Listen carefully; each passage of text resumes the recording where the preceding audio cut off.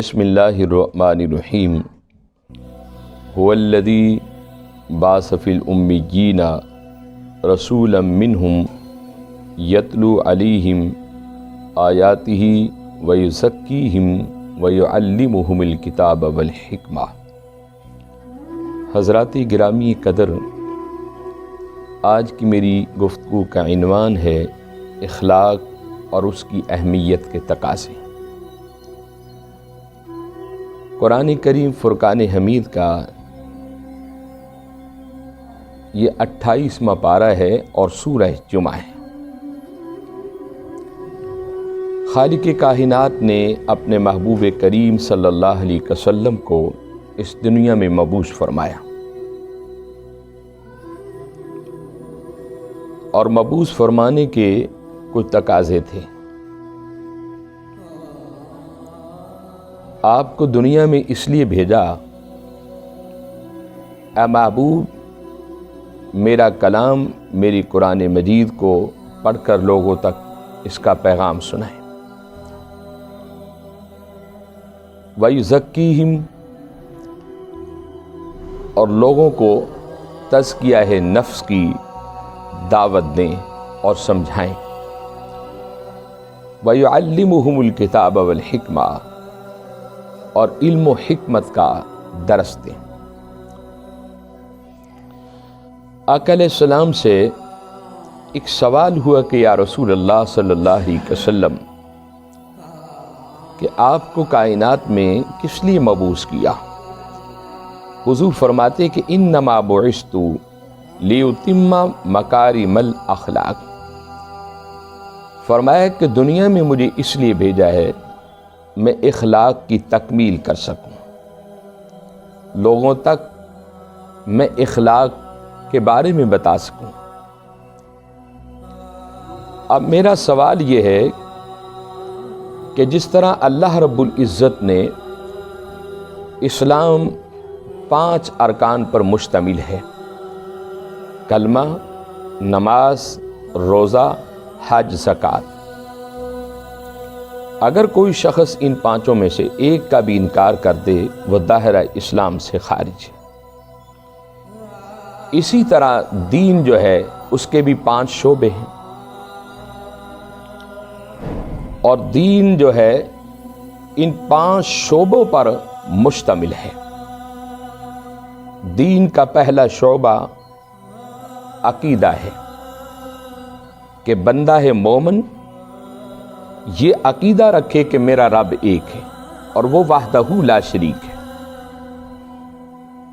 وہ ساری کائنات کا مالک اور رازق ہے، اور نفع نقصان کا وہی مالک ہے، اور اس کے سوائے کوئی معبود مطلق نہیں ہے۔ اور دوسرا دین کا شعبہ عبادت ہے۔ عبادت کے اندر نماز ہے، روزہ ہے، حج ہے، زکوٰۃ ہے، خیرات ہے، اور کلمہ ہے طیبہ ہے، استغفار ہے، درود پاک ہے، ذکر و اذکار ہے۔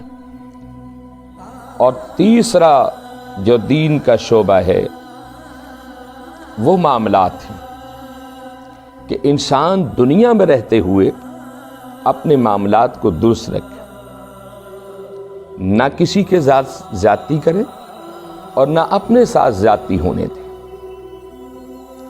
اسی طرح چوتھا جو شعبہ ہے دین کا وہ ہے معاشرت، کہ انسان اس معاشرے میں آیا ہے، دائیں بائیں آگے پیچھے ماں باپ ہیں، بھائی ہے، بہنیں ہیں، رشتہ دار ہیں، عزیز و قارب ہیں، پڑوسی ہیں، ان تمام کے ساتھ اپنے معاشرت کو ٹھیک رکھیں، اپنے اخلاق کو ٹھیک رکھیں۔ اور 5واں شعبہ جو دین کا ہے وہ ہے اخلاق کا۔ آقا علیہ السلام نے ایک موقع پر فرمایا کہ اخلاق وہ چیز ہے کہ انسان کی نماز، روزہ، حج، زکوٰۃ وہ اس مقام پر بندے کو نہیں پہنچا سکتا جس مقام پر بندے کو اخلاق اس کا پہنچا دیتا ہے۔ اخلاق سے دوسروں کو جیتنا اور دوسروں کو اپنے قریب لے آنا، یہ ہے تعلیم جو رسول اللہ صلی اللہ علیہ وسلم اس دنیا میں دینے کے لیے آئے تھے۔ اور رسول اللہ صلی اللہ علیہ وسلم کے بعد اصحاب رسول کا زمانہ تھا، تابعین تبع تابعین، اولیاء کرام کا زمانہ ہے۔ آپ دیکھنے کے برصغیر پاک و ہند میں حضرت داتا گنج بخش رحمۃ اللہ علیہ جیسی ہستی، آپ نے جو تبلیغ کی وہ اخلاق کی تبلیغ تھی۔ دین رسول اللہ صلی اللہ علیہ وسلم کی جو تبلیغ تھی وہ اخلاق، اخلاص، محبت، پیار، امن، بس یہی درس دیتے رہے۔ حضرت خواجہ اجمیری کو دیکھ لیں اجمیر شریف کے اندر کہ 90 لاکھ لوگوں کو جو کلمہ پڑھایا تھا وہ تلوار سے نہیں پڑھایا تھا، وہ اپنے کردار سے، اپنے اخلاق سے، اپنا اخلاق پیش کیا تھا اور لوگوں کو بتایا تھا کہ لوگوں، میرا جینا بھی اللہ کے لیے اور میرا مرنا بھی اللہ کے لیے، اور ہمارا بھی یہی مشن ہونا چاہیے۔ ہماری زندگی کا ایک ایک لمحہ جو ہے وہ اس کی ذات کے لیے ہونا چاہیے، اور ہم جو قدم اٹھائیں، جو کام کریں، وہ اس لیے کریں کہ میرا رسول صلی اللہ علیہ وسلم مجھ سے کتنا خوش ہوگا۔ ہم جو کوشش کرتے ہیں کہ نیکیاں کریں، اپنی جگہ نیکیاں کرو، میں آپ کو منع نہیں کر سکتا۔ میں یہ سمجھتا ہوں کہ میری نظر میں نیکی کوئی اتنی بڑی عبادت نہیں ہے۔ اصل عبادت جو ہے وہ آپ کا اخلاق ہے، آپ کا معاشرے میں رہ کر اچھا سلوک ہے، اپنے پڑوسیوں سے، اپنے رشتہ داروں سے، اپنے بھائیوں سے اپنا اچھا اخلاق۔ تو میں عرض یہ کر رہا تھا کہ دین جو ہے یہ 5 شعبوں پر مشتمل ہے، اور وہ 5 شعبے یہی ہیں جو آپ کی خدمت میں نے پیش کر دی۔ رسول اللہ صلی اللہ علیہ وسلم نے ایک مقام پر فرمایا کہ ان المؤمنین لیدرک بحسن خلقہ درجۃ الصائمہ القائمہ، کہ انسان کو نماز، روزہ، حج، زکوٰۃ اس مقام پر نہیں پہنچا سکتا جس مقام پر انسان کا اخلاق انسان کو لے کر چلا جاتا۔ تو رسول اللہ صلی اللہ علیہ وسلم اس دنیا میں اخلاق کی تعلیم دینے کے لیے آئے۔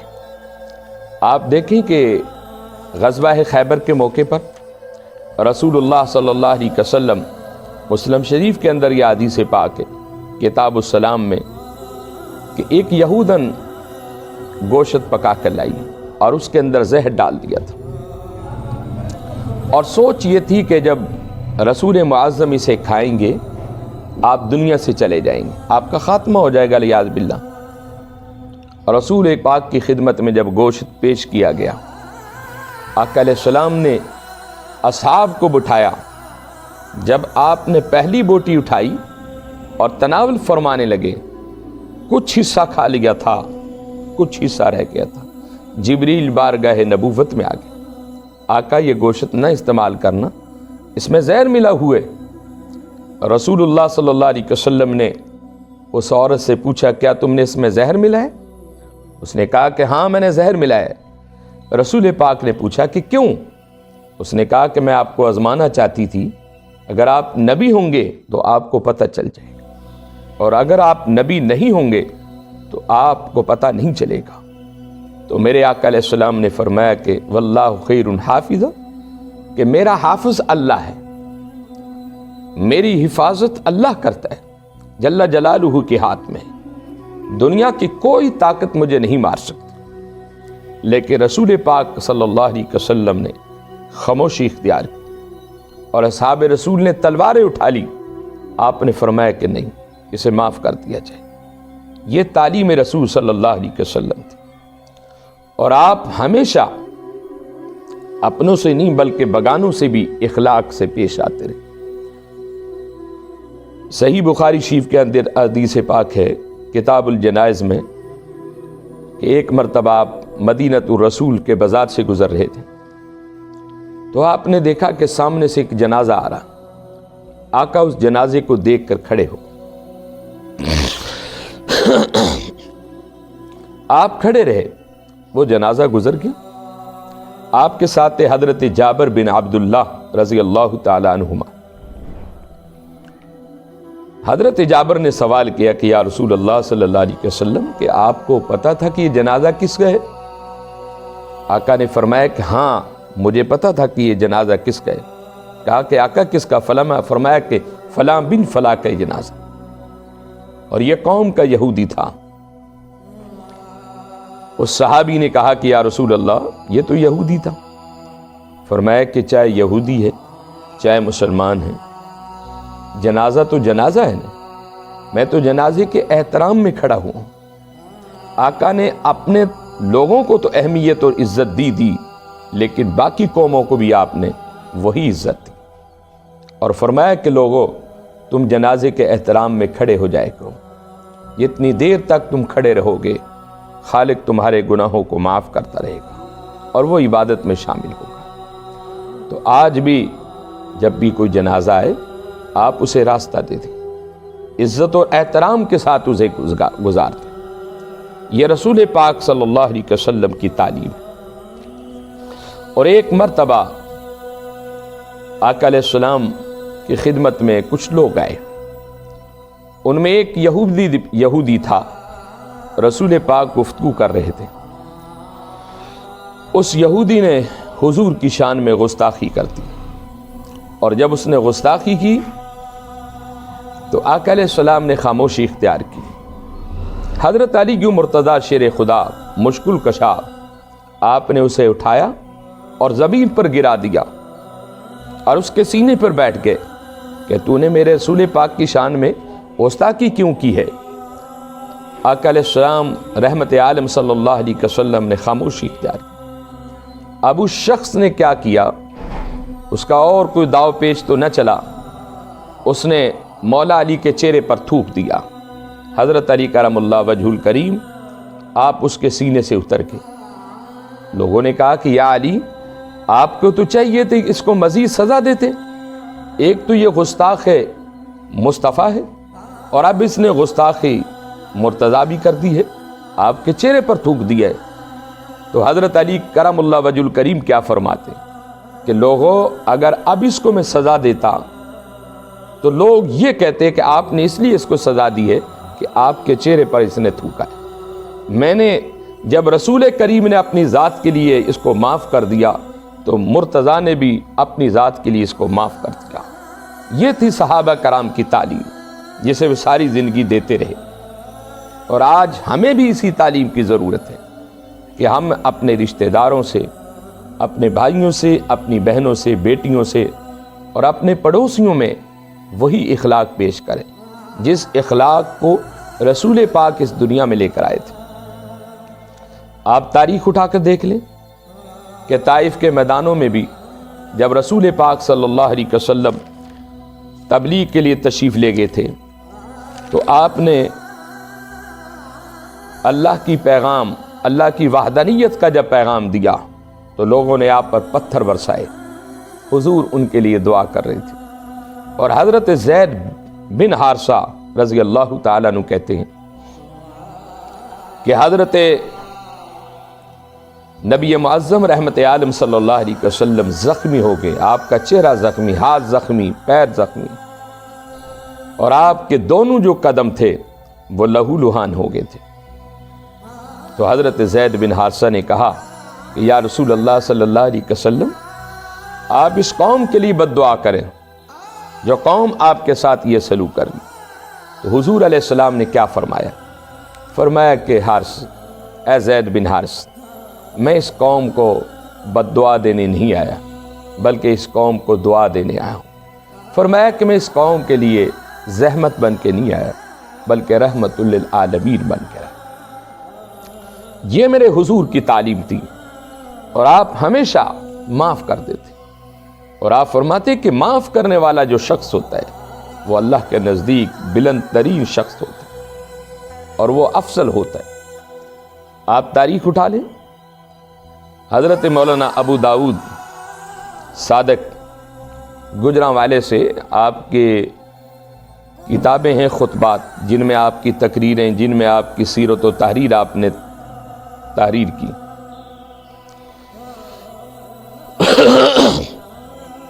آپ نے لکھا ہے کہ آقا علیہ السلام ابتدا ہے دور اسلام میں، جب آپ حرم شریف میں جاتے تو ایک خاتون آپ کے اوپر کوڑا پھینکا کرتی تھی، آقا گزر جاتے، کئی دن پھینکتی رہی، ایک دن اس خاتون نے کوڑا نہ پھینکا تو آپ نے حضرت ابو بکر صدیق رضی اللہ تعالیٰ عنہ کو کہا کہ ابو بکر آج کیا وجہ ہے؟ اس نے کوڑا نہیں پھینکا، اس کی خیریت پوچھتے ہیں، کہیں بیمار تو نہیں ہوگی یا فوت تو نہیں ہوگی؟ آقا صحابہ کرام کے ساتھ اس مائی کے گھر چلے گئے، دروازہ بجایا، اندر سے خادمہ نکلی، جب اس نے چہرہ مصطفیٰ دیکھا دوڑ کر گئی، اپنی مالکن کو بتایا کہ آج آپ کے دروازے پر وہ شخص کھڑا ہے کہ جس کے اوپر آپ کوڑا پھینکا کرتی تھی۔ آقا علیہ السلام جانے کائنات، رحمت کائنات، اس مائی نے جب حضور کا پیغام سنا دوڑ کر دروازے پر آئی، دروازہ کھولا، حضور کو کہا کہ آپ اندر تشریف لیں۔ آقا علیہ السلام اندر تشریف لے گئے، بٹھایا، پانی پیش کیا، خدمت کی اور پوچھا کہ حضور کیسے آئے ہو؟ اس کی سوچ اور فکر تو یہ تھی کہ اب یہ مجھے شکایت کرنے آئے، علامہ دینے آئے ہوں گے کہ آپ میرے اوپر کوڑا پھینکا کرتی تھی، لیکن حضور نے یہ نہیں کہا، فرمایا کہ میں آپ کی خیریت پوچھنے آیا ہوں، کئی دن گزر گئے آپ نے کوڑا نہیں پھینکا تو خیال آیا کہ میں پوچھوں تو صحیح کیا بات ہے۔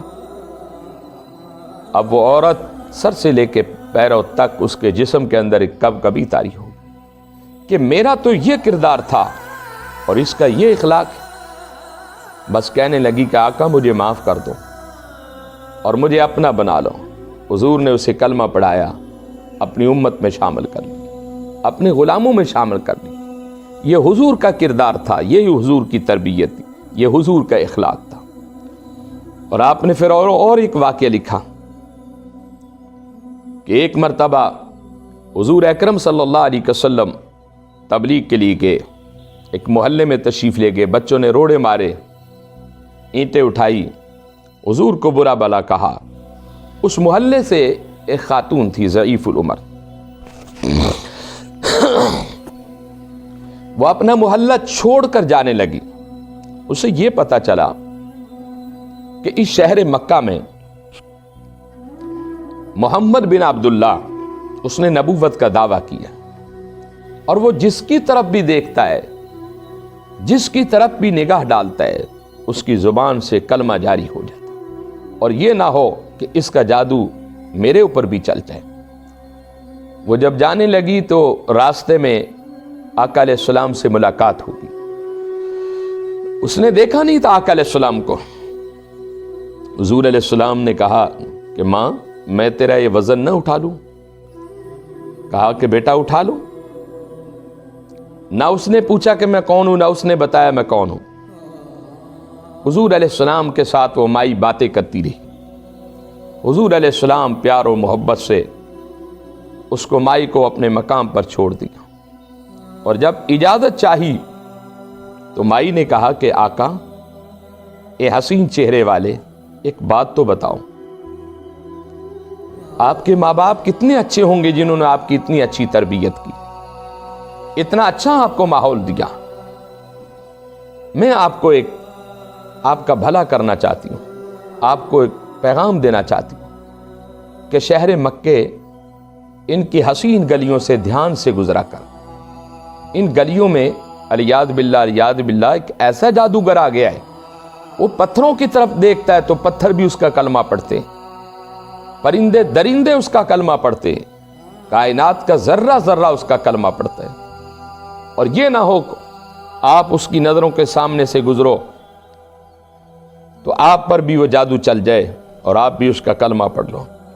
حضور علیہ السلام نے پوچھا کہ ماں کیا تم نے اس کو دیکھا ہے؟ کہا کہ میں نے انہیں نہیں دیکھا۔ کیا تم نے ان کے جادو کے بارے میں کوئی ایسی بات سنی ہے؟ کہا کہ ہاں بہت سارے لوگوں نے بتایا۔ تو آقا علیہ السلام مسکرا کر فرمانے لگے کہ جس جادوگر کے بارے میں تو بات کر رہی ہے وہ میں تیرے سامنے کھڑا ہوں، میرا نام ہی محمد بن عبداللہ ہے۔ مائی حیران ہوگی، پریشان ہوگی کہ لوگ تو کچھ کہتے تھے اور آپ تو کچھ ہیں۔ لوگ تو آپ کے بارے میں اور کچھ بتاتے ہیں، لیکن میں تو حیرت میں آ گئی کہ آپ اتنے اچھے ہیں، اتنے اعلیٰ اخلاق کے مالک ہیں، اتنی عمدہ گفتگو کرتے ہیں۔ تو آقا علیہ السلام نے فرمایا کہ رب کائنات نے مجھے اس کائنات کے لیے وما ارسلناک الا رحمۃ للعالمین بنا کر بھیجا، اور میرا مقصد آنے کا اس دنیا میں یہی ہے کہ میں لوگوں کو اخلاق کی تعلیم دوں۔ تو آج ضرورت ہے ہمیں کہ ہم اپنے معاملات کو ٹھیک کریں، اپنے گھر میں اپنی بیوی، اپنی بیٹی، اپنے بہو، اپنے خاندان والوں سے ہم ایک اچھا کردار پیش کر سکیں، اچھا ماحول پیش کر سکیں، اسی کی ہمیں ضرورت ہے۔ تو اللہ رب العزت کی بارگاہ میں دعا ہے کہ مولا ہماری حاضری کو قبول کرے، اور اخلاق اور اس کی اہمیت کے تقاضے پر جو میں نے گفتگو کی، آقا فرماتے ہیں کہ کسی مومن کا چہرہ دیکھنا یہ بھی نیکی ہے، یہ بھی اعلیٰ اخلاق ہے۔ اور آقا علیہ السلام ہمیشہ پہلے سلام کرتے، چاہے کوئی مسلمان ہوتا چاہے کوئی غیر مسلم ہوتا، آپ اسے سلام کرتے، اور لوگ حیران ہوتے کہ یہ مسلمانوں کا بادشاہ ہے، لیکن اس کے اندر عاجزی اور انکساری یہ کہ یہ پہلے بلاتے، پہلے سلام کرتے۔ یہی ہمارے آقا کا دین ہے، یہی ہمارا آقا کا اسلام ہے، اور ہمارے آقا علیہ السلام کا جو اسلام ہے وہ امن کا ایک پیغام لے کر آئے، اور حضور علیہ السلام سے بڑھ کر دنیا میں امن کا داعی کوئی نہیں ہو سکتا۔ آقا علیہ السلام کے غلاموں، اپنے آقا کے نقش قدم پر چلو، اصحاب کے نقش قدم پر چلو، اولیاء کرام کے نقش قدم پر چلو، اسی میں ہماری کامیابی ہے۔ وآخر دعوانا الحمدللہ رب العالمین۔